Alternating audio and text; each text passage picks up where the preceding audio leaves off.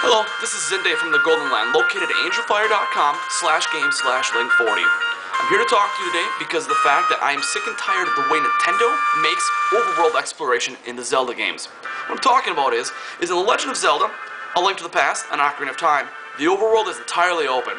I love that. As soon as I get my sword in The Legend of Zelda, I can go explore anything I want. As soon as I, of course, save Zelda in A Link to the Past, the entire world is open to me immediately.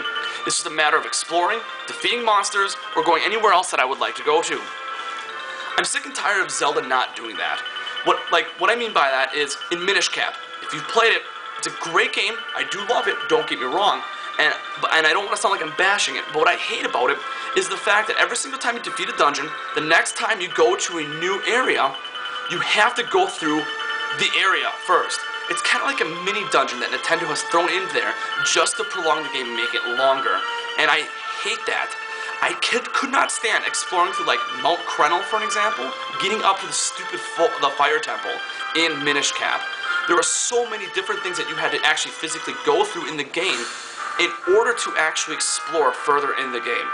It's not like A Link to the Past where you can just go, explore, find pieces of hearts located all over the place, which were awesome to find because you'd have to go through some ridiculous side quests to get it.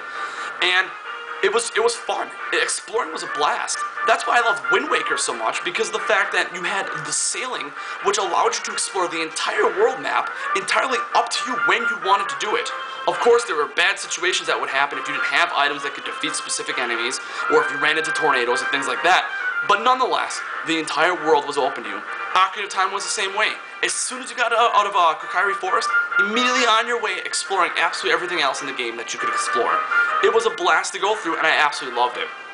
Games that don't do this, Minish Cap, Twilight Princess especially, where when you get to Kakariko Village, what's the first thing you need to do? You transform into a wolf, you collect the stupid tears, and then after that you had to, turn back into Link and re-explore the entire area again, talking to every single person, because of the fact that you know that one remote person that doesn't stand out at all whatsoever is going to send you on some stupid quest to find a piece of heart or some upgrade that you're going to want to get. So, my gripe is pretty much just the fact of the matter is that I am sick and tired of going through a mini dungeon before going through a dungeon. Phantom Hourglass is the same way with the temple of the Ocean King.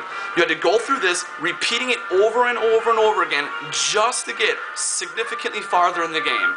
Spirit Tracks is the same concept, where you had to go through the Spirit Tower, but instead of repeating the same stuff like in Phantom Hourglass, you had to go through these stupid puzzles that were just almost impossible to figure out by yourself. Seriously, the fact that you have to use a touchscreen alone and then you have to use the touchscreen also to control the Phantom is a little ridiculous because of the fact that your Phantom is your only source of light in that damn tower. I hated it so much. Now don't get me wrong, I love the Zelda series as a whole. I did like Twilight Princess, I do like Minish Cap, I did love Phantom Hourglass, and I didn't like Spirit Tracks that much. The music score was awesome, but once again, no exploring. You were on tracks the whole time, going through the entire world.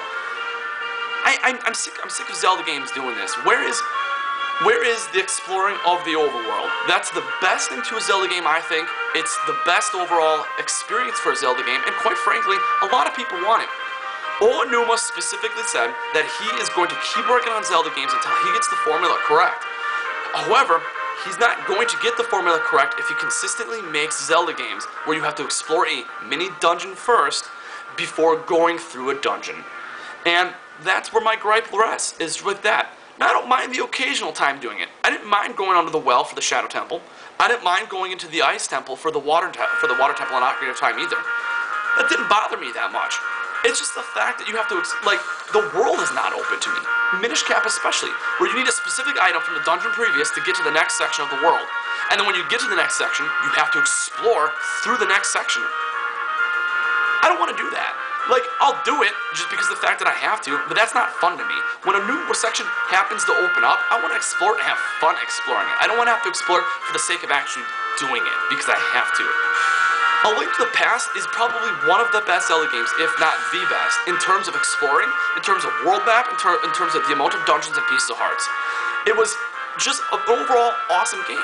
When you got to Death Mountain, in the Light World, and even in the Dark World, there was so much to find. There was pieces of hearts scattered all about. There was just a crap load of rupees, and there was just all these caves that really didn't have a purpose, but it was just fun going through because of the fact that you could just do it.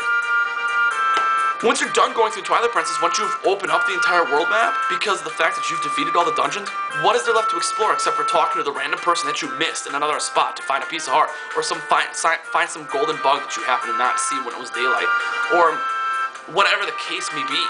You know, it's I don't know. I'm sorry. This is just me griping about it. You know, this is the first video that I'm doing here for the Golden Land, and you know, I'm gonna be doing some more. I mean, I got my storyline coming up that I want to do some time, and some other things that I want to really talk to my the Zelda fans about here about the Zelda franchise. And this is one thing that has just been bothering me for a while. So, shoot me your emails. Tell me what you think.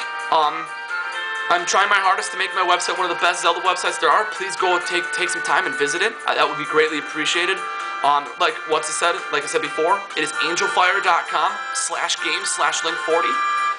Also too, shoot me an email. Tell me what you think about this, and you know, I'll put it on a new video. If you have any questions, send me some questions, and I'll post it on a future video as well. My email address is link_zelda40@hotmail.com.